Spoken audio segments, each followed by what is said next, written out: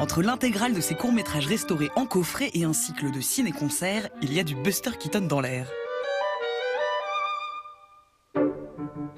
Né en 1895, en même temps que les premiers cinématographes, le réalisateur, acteur, pantomime a bouleversé l'histoire du cinéma.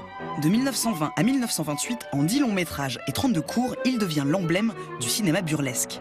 Retour sur l'art du gag façon Keaton, avec Serge Bromberg, restaurateur et spécialiste du cinéma muet, et le critique Stéphane Goudet. Keaton, c'est d'abord l'invention d'un personnage.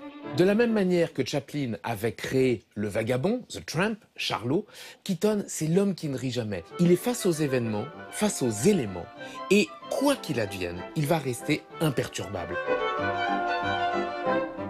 Il était véritablement l'égal à l'époque de Charlie Chaplin. L'acteur vient du music-hall. Dès l'âge de 4 ans, il joue dans le cabaret de ses parents. Au cinéma, Keaton met à profit ce qu'il a appris sur scène.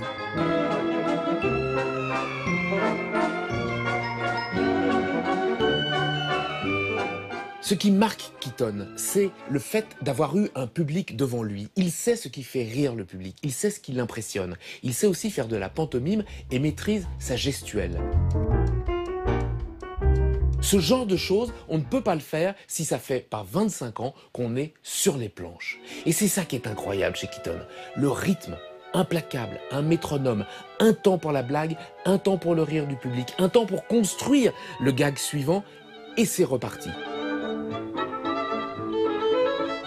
Mais penser que Keaton ne serait qu'un simple clown est bien réducteur. C'est un personnage qui est une espèce d'incarnation de la condition humaine. C'est ça qui en fait aussi un objet métaphysique, j'allais dire. C'est à la fois un cinéaste et un cinéma très physique, et puis en même temps, c'est vraiment une espèce de métaphore permanente de notre condition d'humain, notamment dans le rapport à la société, qui est un rapport conflictuel. Autre caractéristique de son cinéma, la richesse de son imaginaire. Voilà le genre de choses qu'on ne trouve pas chez Chaplin, qui était toujours prisonnier d'un grand réalisme. Keaton, lui, est dans la poésie et dans l'improbable. Et du coup, à chaque seconde, c'est une nouvelle surprise. Je crois que Tex Avery a regardé les films de Buster Keaton quand il était gamin. Et c'est là qu'il a puisé toute son imagination absolument débridée.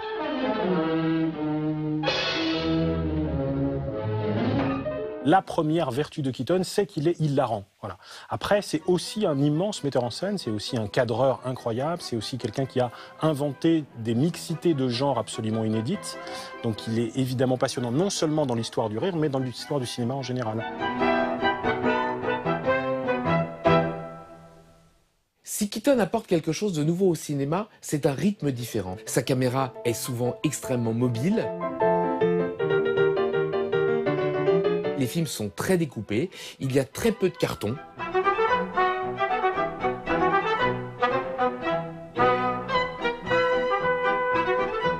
On voit, il y a 3-4 cartons au début, puis les films paf, partent comme des folies.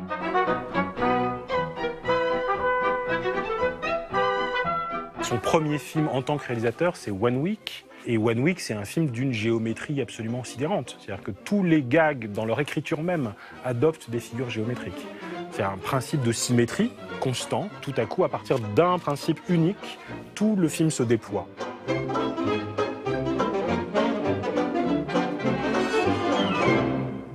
C'est d'une telle invention comique que du coup, on voit du renouvellement tout le temps. Enfin, c'est vraiment une espèce d'exigence intellectuelle qui est de ne pas reproduire ce qu'on a déjà fait et donc d'inventer ailleurs, autrement, de procéder par variations successives. Donc c'est sans cesse surprenant.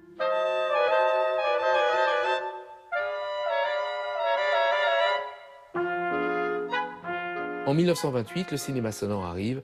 Fondamentalement, la carrière de Buster Keaton va se terminer, même s'il tournera jusqu'au milieu des années 60. Il mourra le 1er février 1966, il y a bientôt 50 ans.